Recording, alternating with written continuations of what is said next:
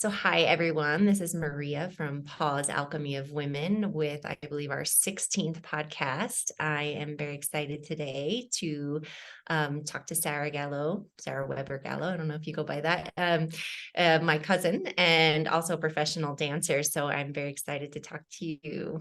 Hi, Sarah.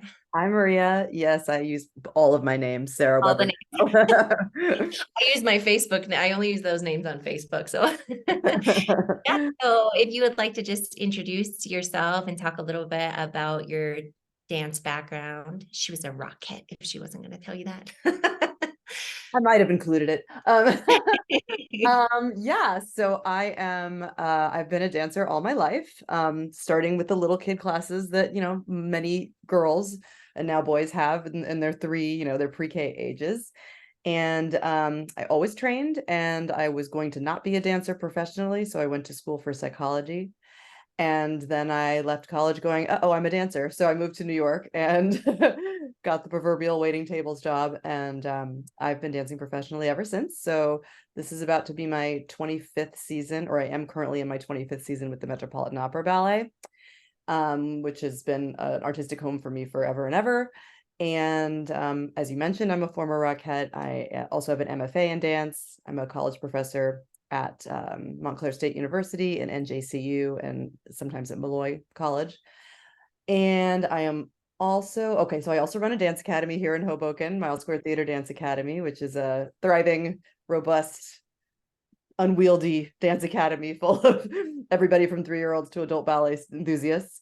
And I'm executive director of Dance New Jersey, which is New Jersey's only statewide advocacy organization for dance.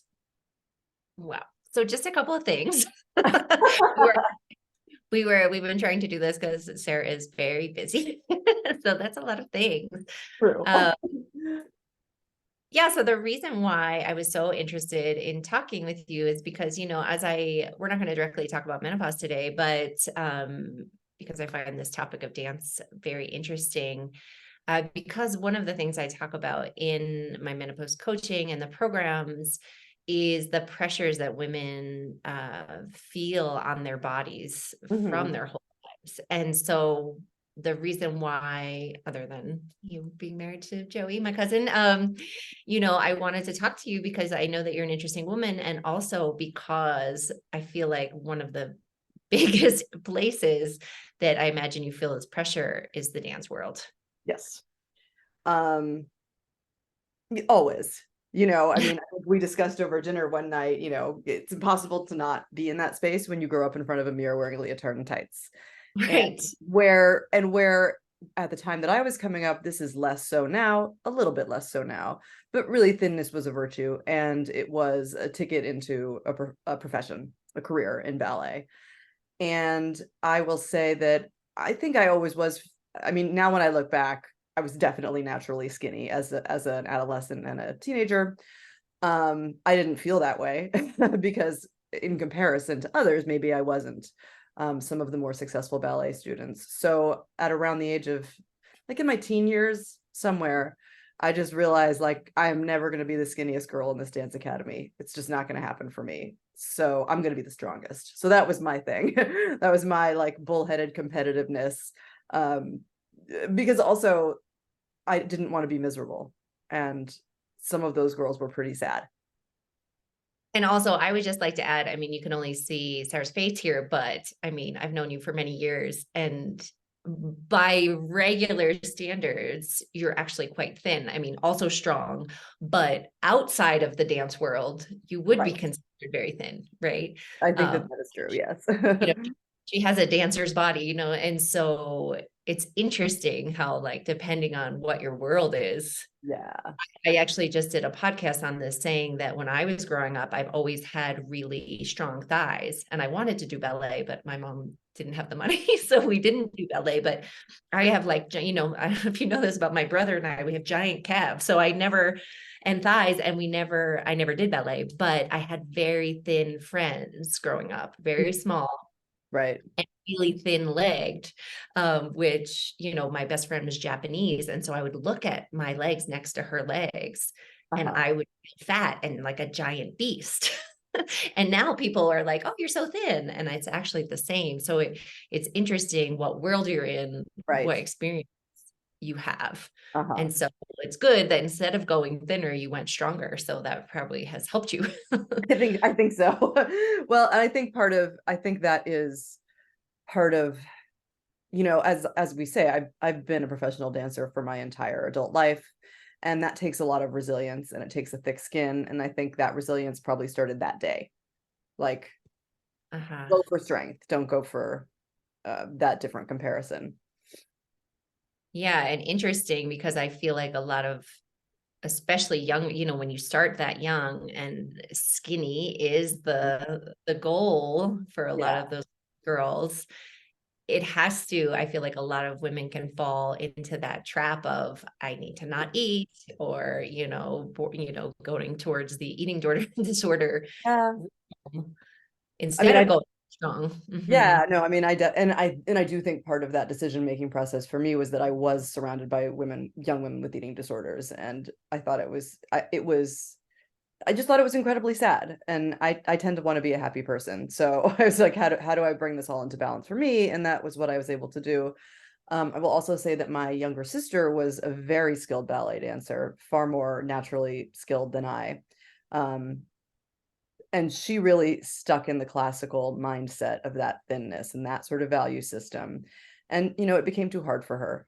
She had to quit dancing, and that was sad because it was presumed that she would be a professional ballerina, whereas it was presumed that I would probably do something with dance. you know um, Yeah. yeah, so she did the whole jelly bean diet, and it was bad for her, and she hadn't menstruated until she was after 16 years old when she finally stopped dancing. And it wreaked havoc on her body because she hadn't had a normal adolescent body until too late.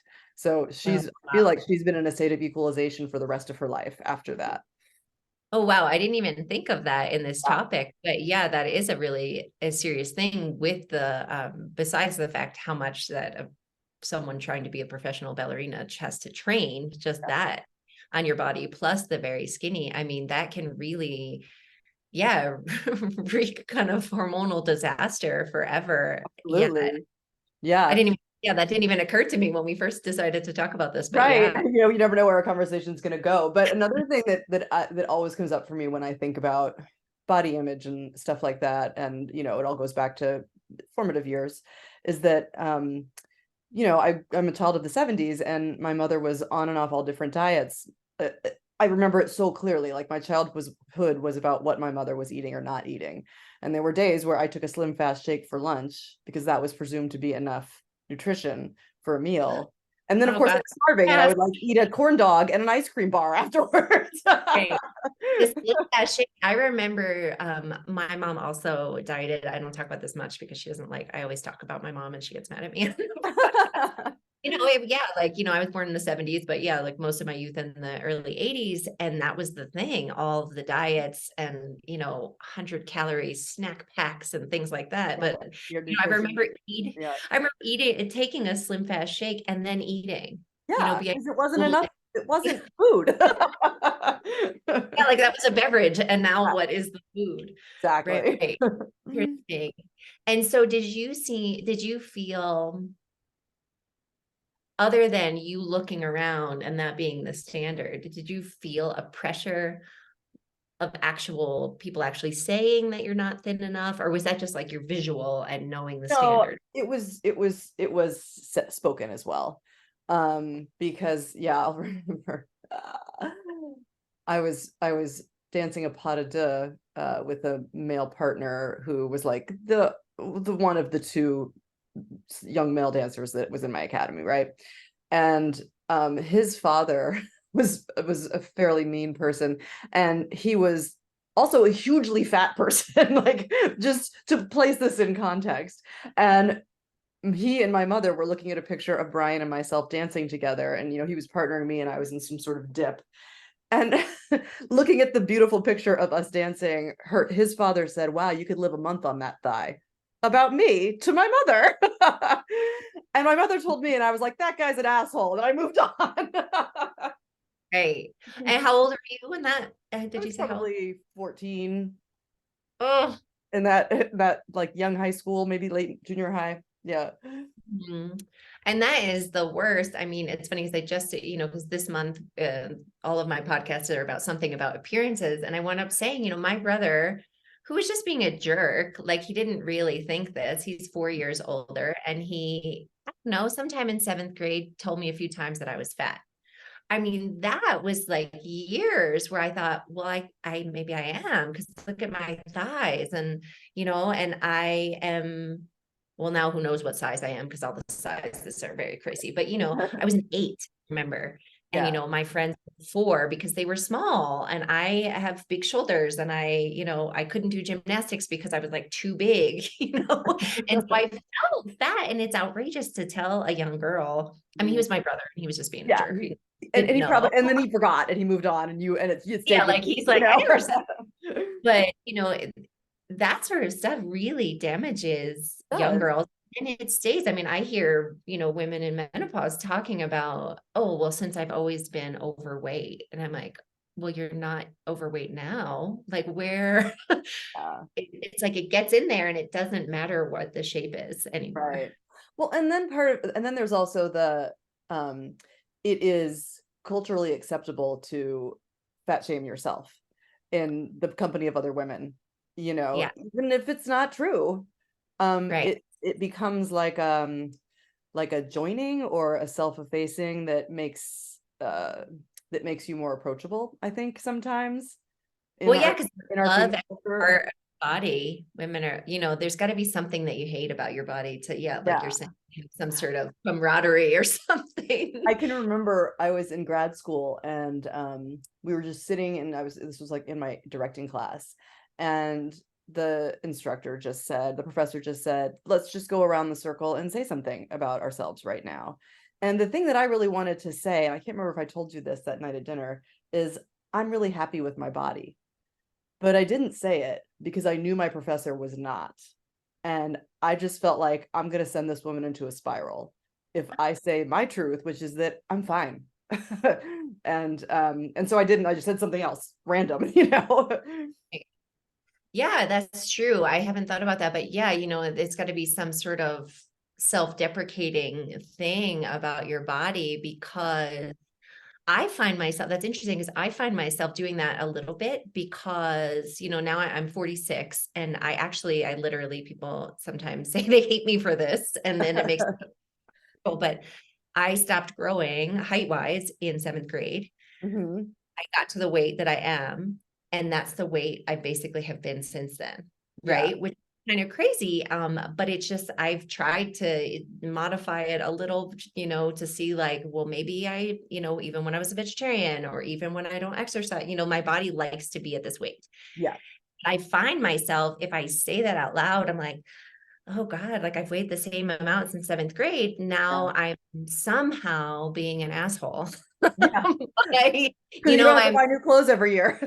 yeah. And or I'm being like, I'm bragging, or I'm, oh, you're so lucky, and it's interesting because, yeah, that what you're saying is like, oh, I don't want to say it. I don't want to say that I don't have a weight problem. Right. It's, and honestly, it comes from my father.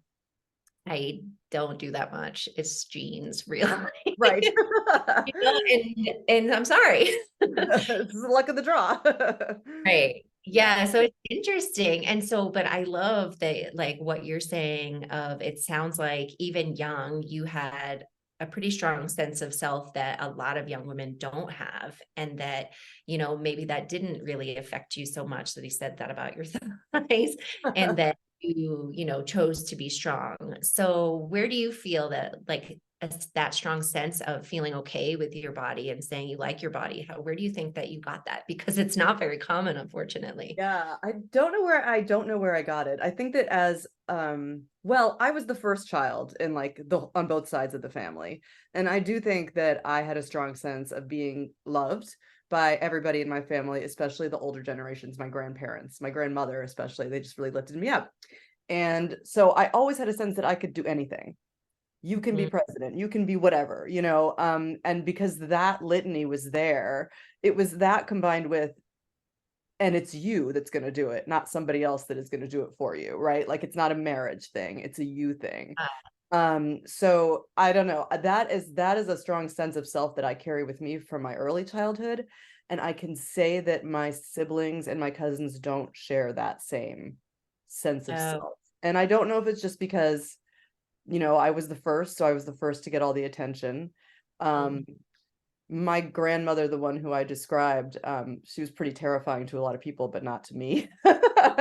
So I think, I don't know, maybe she saw a kindred spirit in me or something like that. But so I do think my early sense of self comes from just being lifted up from a very young age, and also to understand, because we were not wealthy, to understand that it was going to be my job to do anything that I wanted to do. I know. I find that that does seem, although sometimes that can be difficult to Yeah. think that you have to depend on yourself only, but it also gives many people that I've talked to, it gives you sort of, it's more confidence in yourself because you know that you did it and it wasn't based on just your thin thighs or Yeah. whatever. Well, it's empowering, right? And where are you going to find your power? You can't be the same as everybody else. And I think for me also, because I wasn't focused on classical ballet as much as, for instance, my sister or many of my cohort were. I was more of a contemporary dancer from an early age, which gives you a lot more freedom of expression, a broader palette of movement that is more naturally strengthening, like floor work and partnering and improvisation and things like that, that sort of you can sink your teeth into in a different way than you can being in a court of ballet.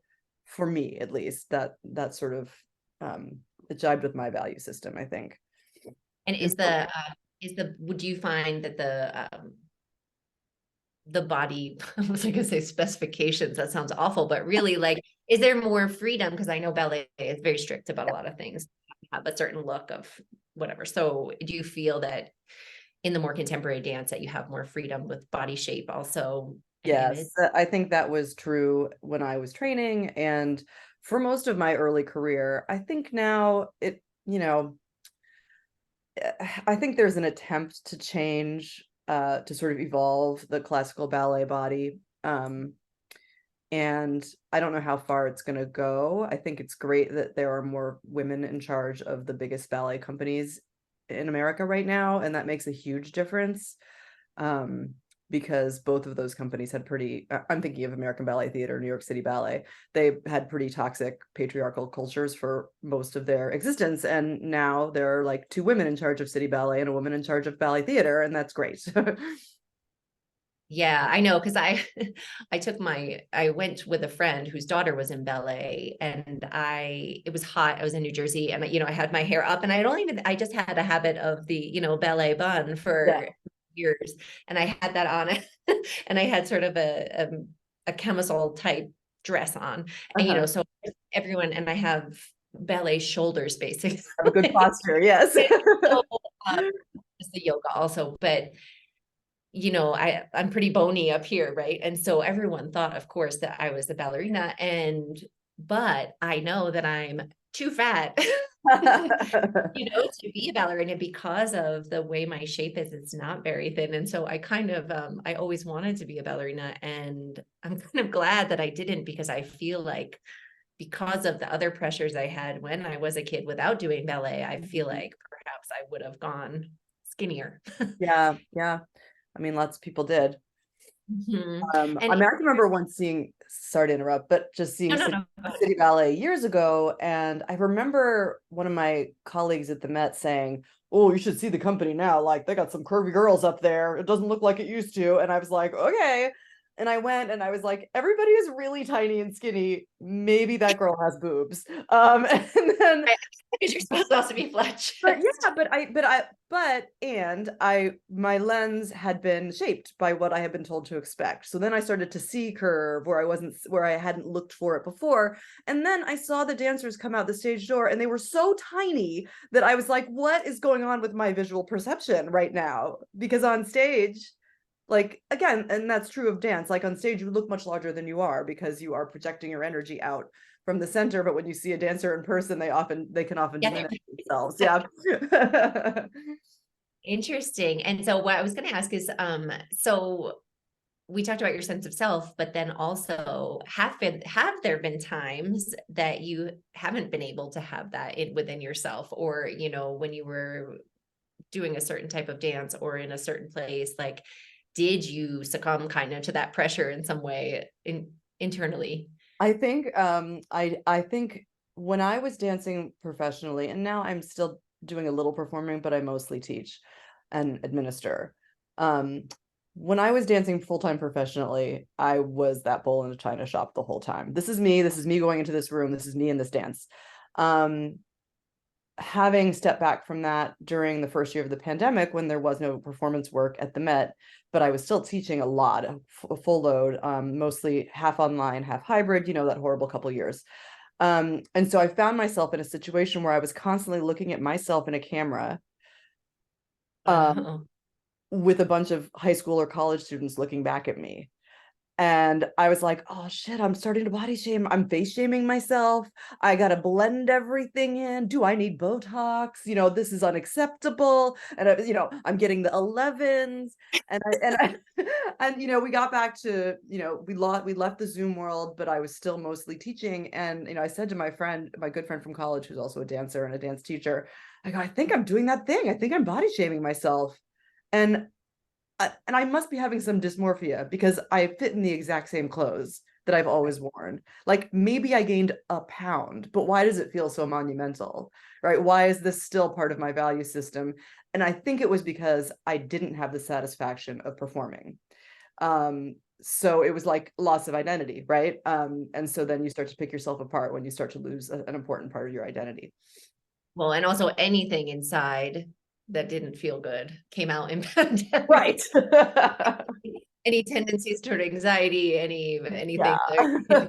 Much time for everyone to think Yeah. about any of the things they didn't want to think I about. know, but it's important to realize, right? Because this will be my last season at the Metropolitan Opera. So if I perform again, it would be, you know, I don't know what, something with a friend, or you know. But I'm really kind of retiring from performing, and you know, we give a lot of thought to this how it's going to feel when you're not doing it anymore, and I think it's important that we have this discussion, right? Because I can draw that line to, oh, that's why I was feeling that way about myself, because I didn't have that part of my identity anymore, and I'm not going to have it starting next year. So what am I going to do about that, you know?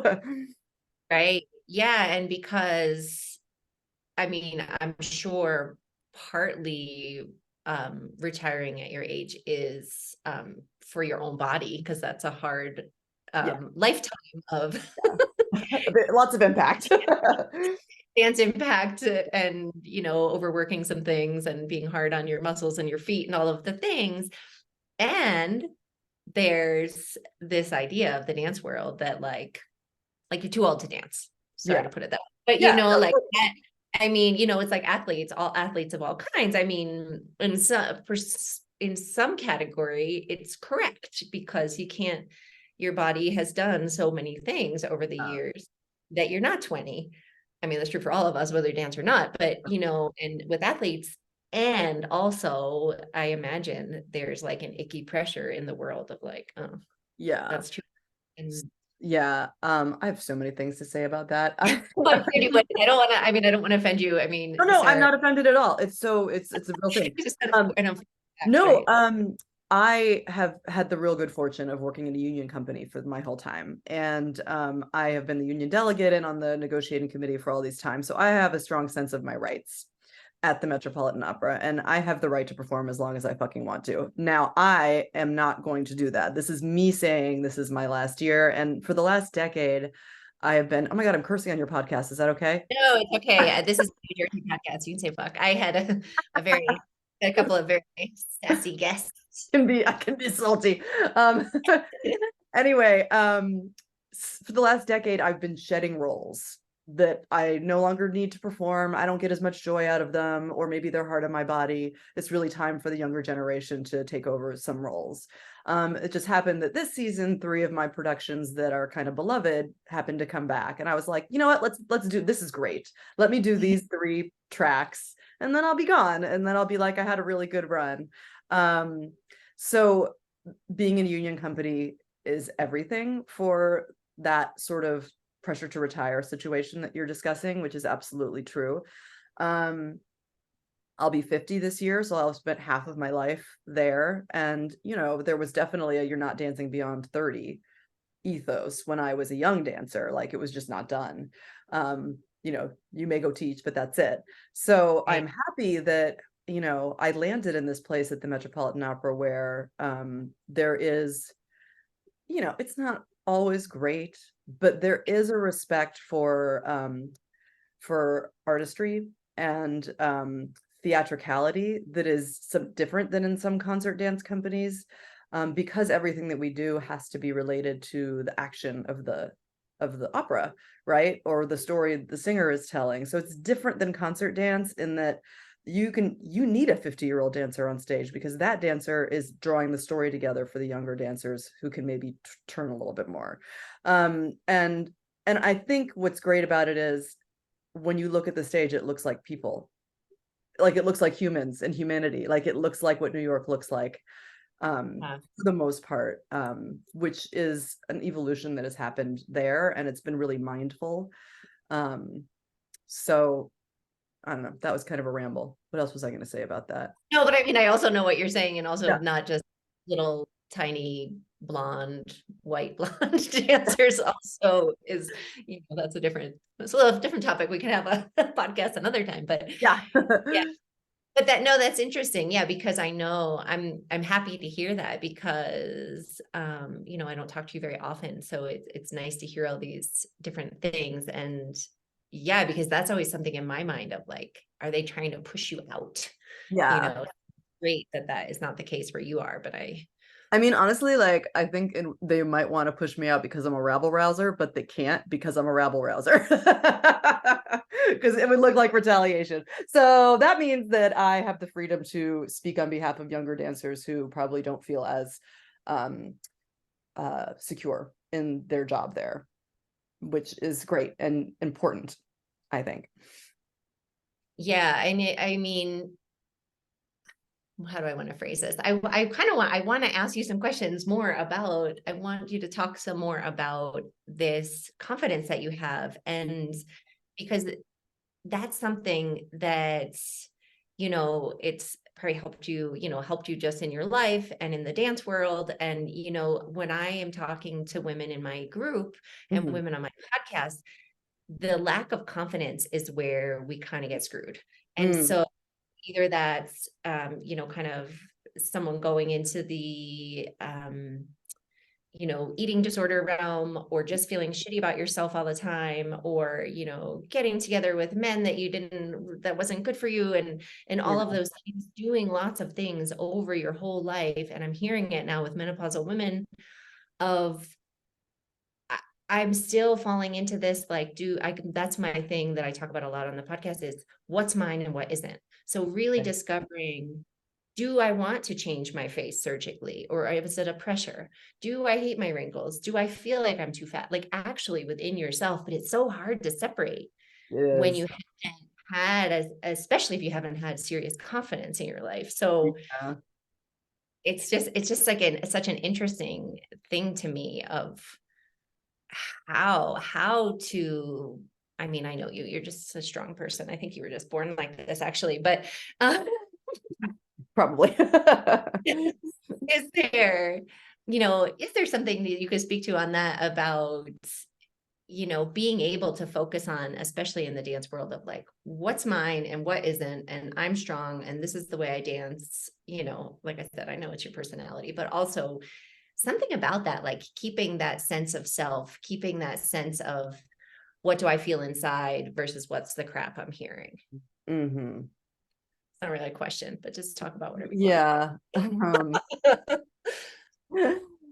When I was a young dancer, we did a version of Thriller, like at the recital. And I was like a ghoul next to the one boy who was Michael Jackson. And I mean, I wasn't very good. Like, I wasn't very good yet. I was too young to be good, and I wasn't like naturally skilled like some of the other ones. But I was worried that I wouldn't be allowed to dance it because of the pelvic thrusts. And I Like, remember, I mean, like my family's Catholic, right? I remember when I went to that first rehearsal, how much I loved it and was scandalized at the same time. It was just like, and I remember I had to come out and tell my mom, like, this is the choreography, and she was like, "Girl, it's fine." And so once I was given permission, I I upstaged that kid so hard that nobody talked about anything else except my performance as the lead ghoul in Thriller, which was not Oh, casting. That was just me taking over.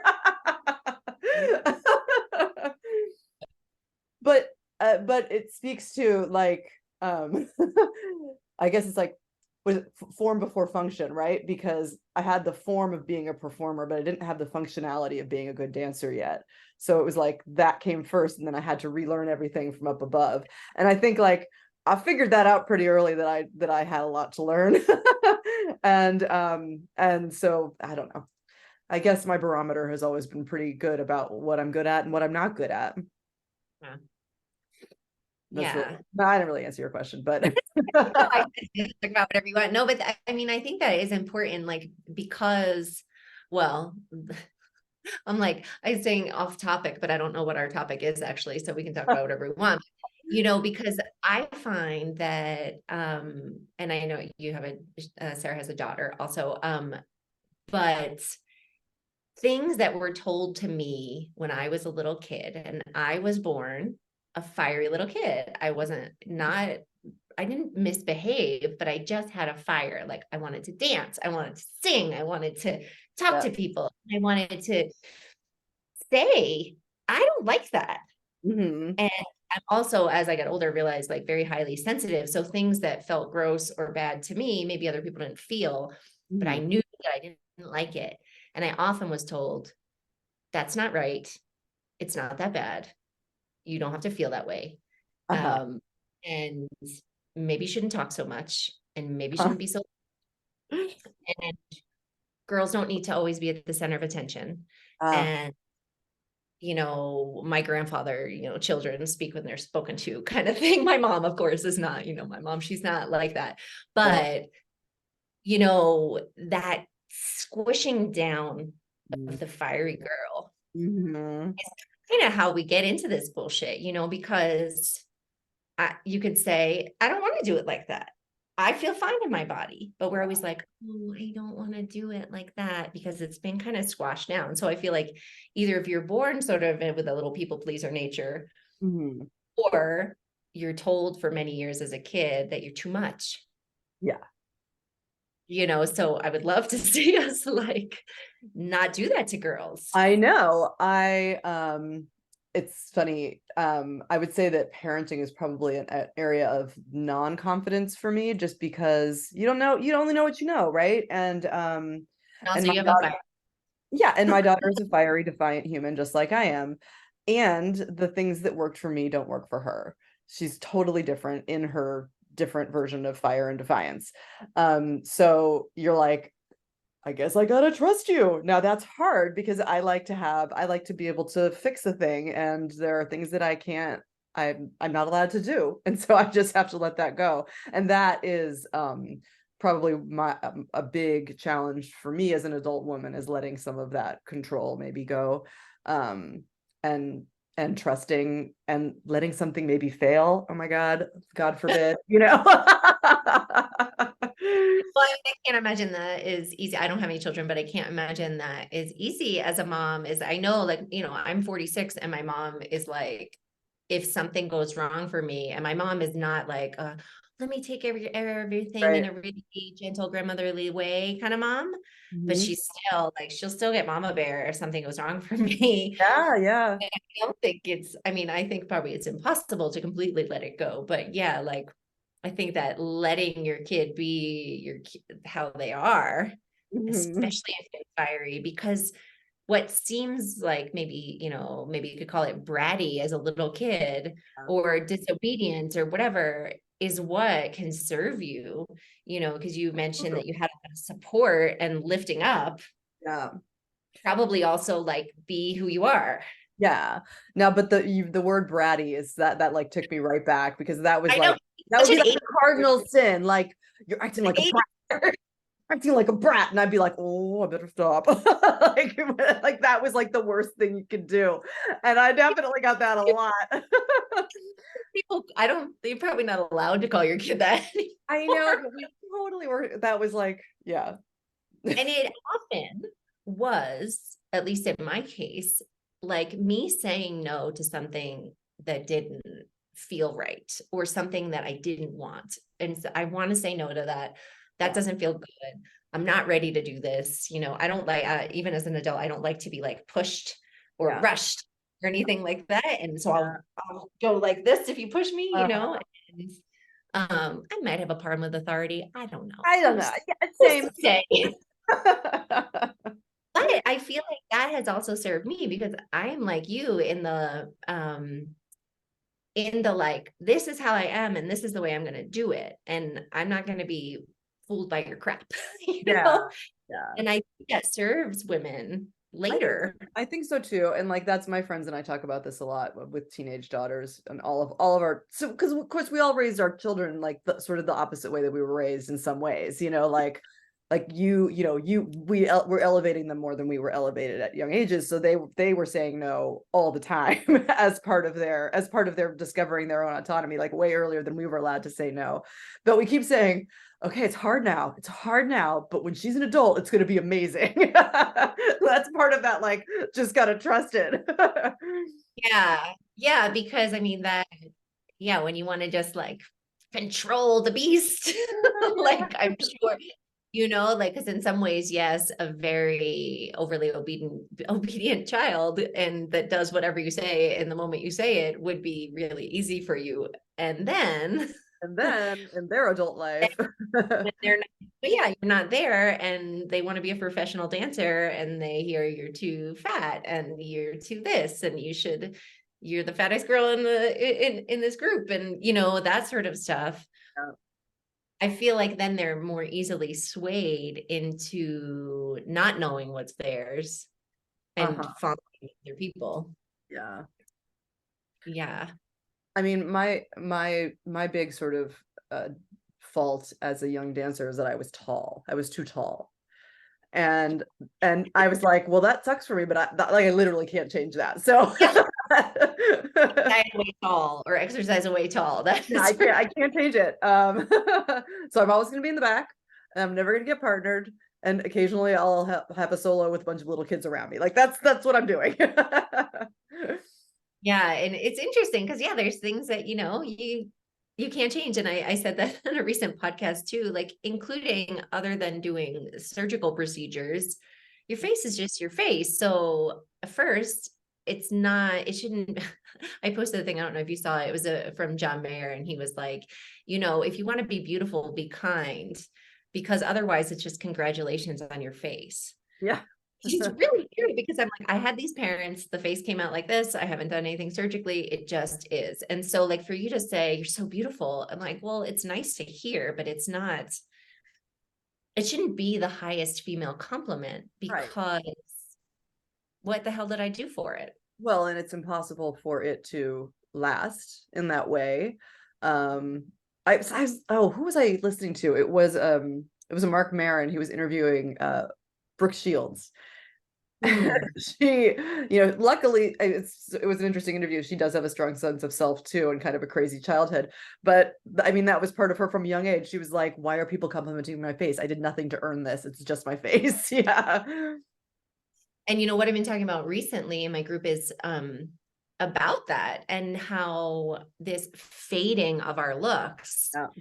is how we screw ourselves because if you're, you know, you're female and you are beautiful and that's what your value is and you didn't do anything for it and Mhm. now you're looking a different way because you're wrinkled or whatever is happening to your face as you get older and whether you choose to do something surgically or not, it's never going to look like your 20-year-old face, right? Yeah. And so that's what you're valued for your whole life and then it's gone. Where's your value? Yeah. And I love to try and talk about like how do you find your own value, you personally? Me.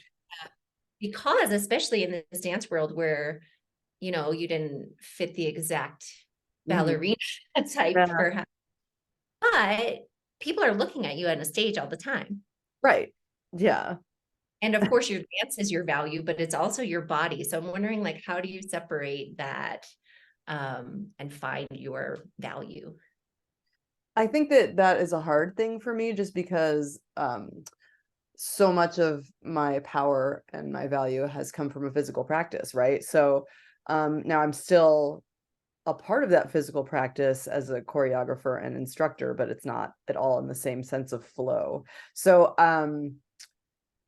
that goes back to my realization about body shaming myself uh, after the end of that little portion of performing, that little year I took off. Um, Sorry to put you in the hot seat. that's all right. I don't know. I just think that I have, as you pointed out, I have a very strong sense of self-value. I think that I am a person who has power and is very capable. So it happens to be that the thing that I did for most of my life was dancing. I have to presume that that will carry forward when I'm not dancing because I think that I've always had a very strong sense of, again, me doing the dancing, not the dancing doing me, Yeah, it's interesting. And I think like the more women I talk to and how I go through this process myself, people will say, "Oh, you look so young to me." And like, I'm not gonna lie, it feels good. Yeah, You know, sure. younger than your friends. And so I'm trying to put less while I still look young, Yeah. trying to change myself mentally and emotionally to like, so what? And then like you said, I'm still the same person. And I think I'm starting to feel like perhaps that's actually in like the divine design of Mhm. us not looking young anymore and maybe gaining weight or not looking like the body that we had. There's something I'm feeling, and I hope this is true, that there's some sort of divine design or universal whatever to make us change that focus from what Mhm. we look like.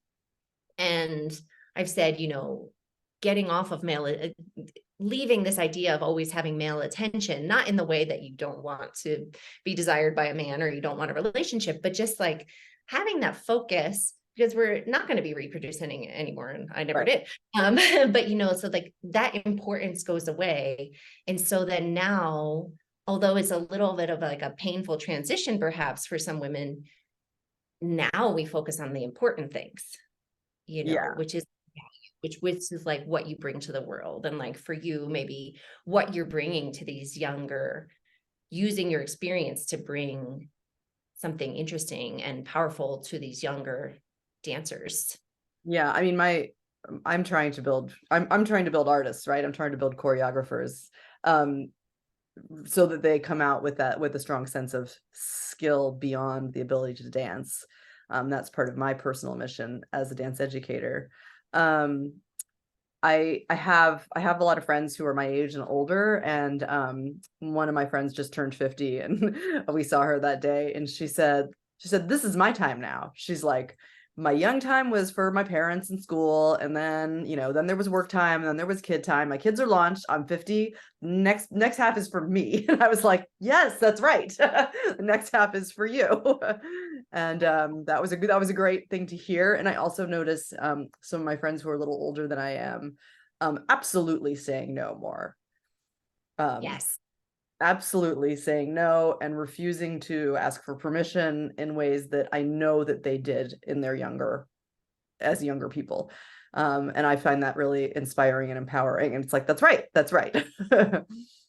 Yeah. And yeah, because next month too, I'm going to be talking like more about the emotional side of getting older. And one of the things is like, there are always these jokes about perimenopausal women who are, they're having hot flashes and they're so pissed off and then they're crying and then, and yes. Yes, And, true.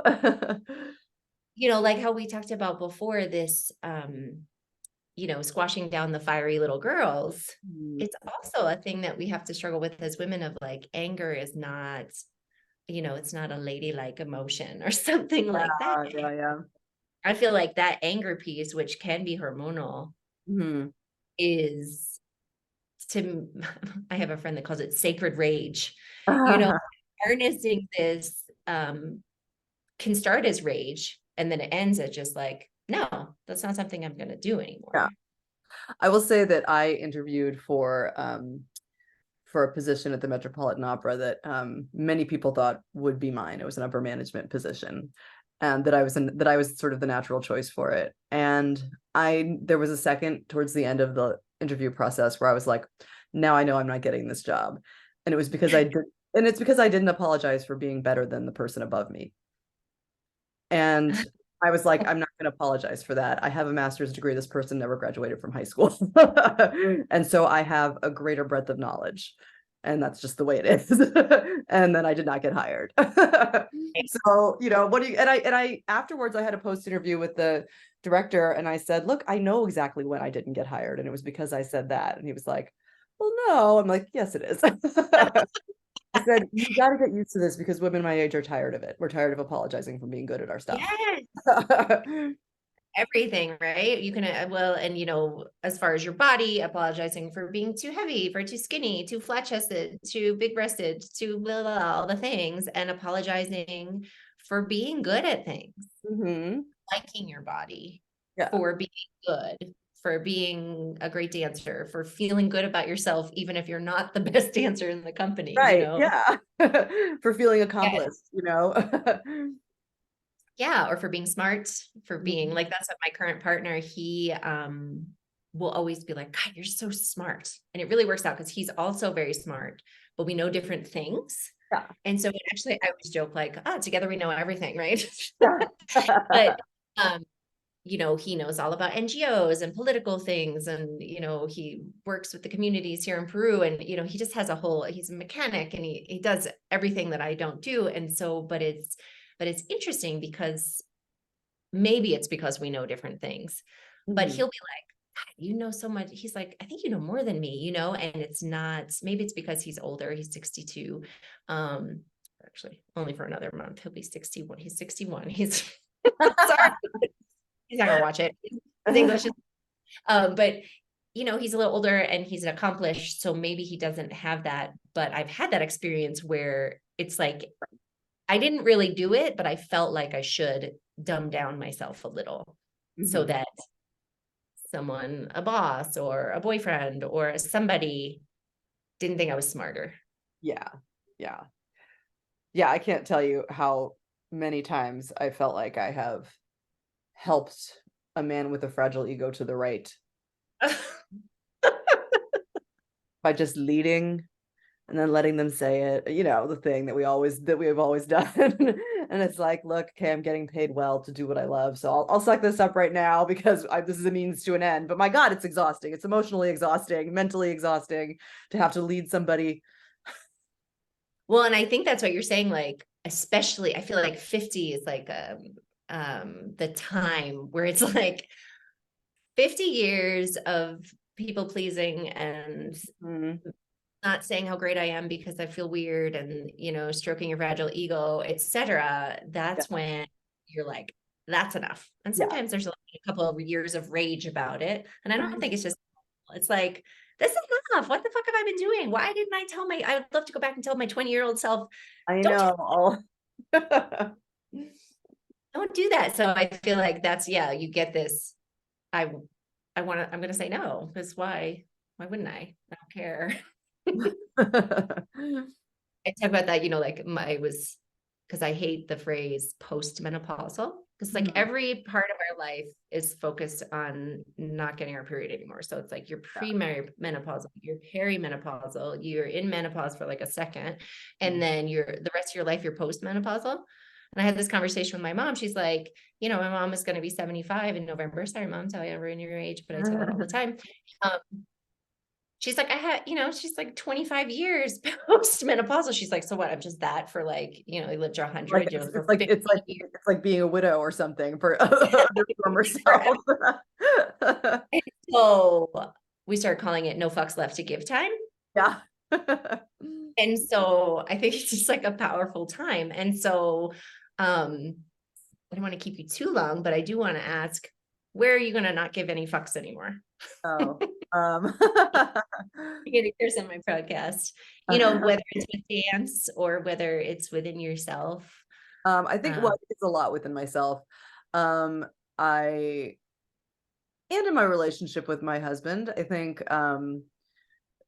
we've been together a really long time. We've been together, well, it's 2023, so we were married in 2000. So we've been okay. together almost as long as I've been in New York City, as long as I've been an adult, and I was much younger. I I can am much remember. younger. I Yeah, it was couldn't remember. fun. I am much younger than he is, and so sometimes our age difference um was a sort of like presumption of a larger body of knowledge just because of age on his part.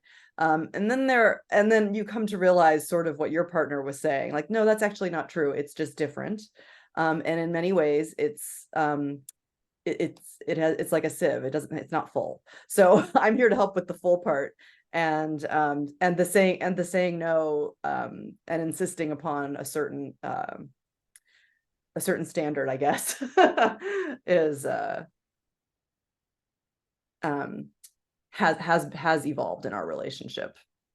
Mm. And I it's can fun. understand. I can understand that because my partner is older and he's like this powerful businessman with Uh, money and all these things. And he's like, I'm like this little kid. And just like yeah. my way is a lot kind of sillier in the world. Well, yeah, Um, and there's a sense. I was talking to a friend too, who's my age, and she is in menopause, and I said, but sometimes don't you still feel like you're like absolutely 16? And she's like, oh yeah. She goes, I feel like I'm 12. Like I feel like I should be a little more mature. love it. I love bringing. I like to be like I want to be an adult. Like I'm not Yeah, sure what that what does it means. mean? You have to not have fun. You have to not enjoy Yeah, life. but also you and I have had the I guess I'm going to call it good fortune of working non-traditionally and having sort of a non-traditional lifestyle, and I think that lends itself to a greater sense of youthfulness and openness and maybe whimsy, um, than if I know for me, then if I had gone into, like, I'm doing a lot of admin now, if I had started that in my 20s, I think I'd be a much different person than I am now. Yeah, because I mean, I know you have a very serious career and also you're It's fun. dancing. It's fun. I know it's a lot of hard work and it's dancing. Yeah. Yeah, I made a Oh, fun algorithm years ago when I was working on a piece, and I realized that I went through all the things that were fun for me. And this was after becoming a mom, and I was like, oh my God, am I having any fun anymore? Like I used to have a lot of fun. Like, what's fun about being a mom? And I realized some of the fun things that we did shared some characteristics of the things that I found fun as a younger adult. And that was risk and a gigantic mess and effort. And I can't remember, there was a fourth one. But effort is fun for me and risk is fun for me. And that's true when you're baking with a 3-year-old or when you're trying to do a big lift on stage, you know? yeah.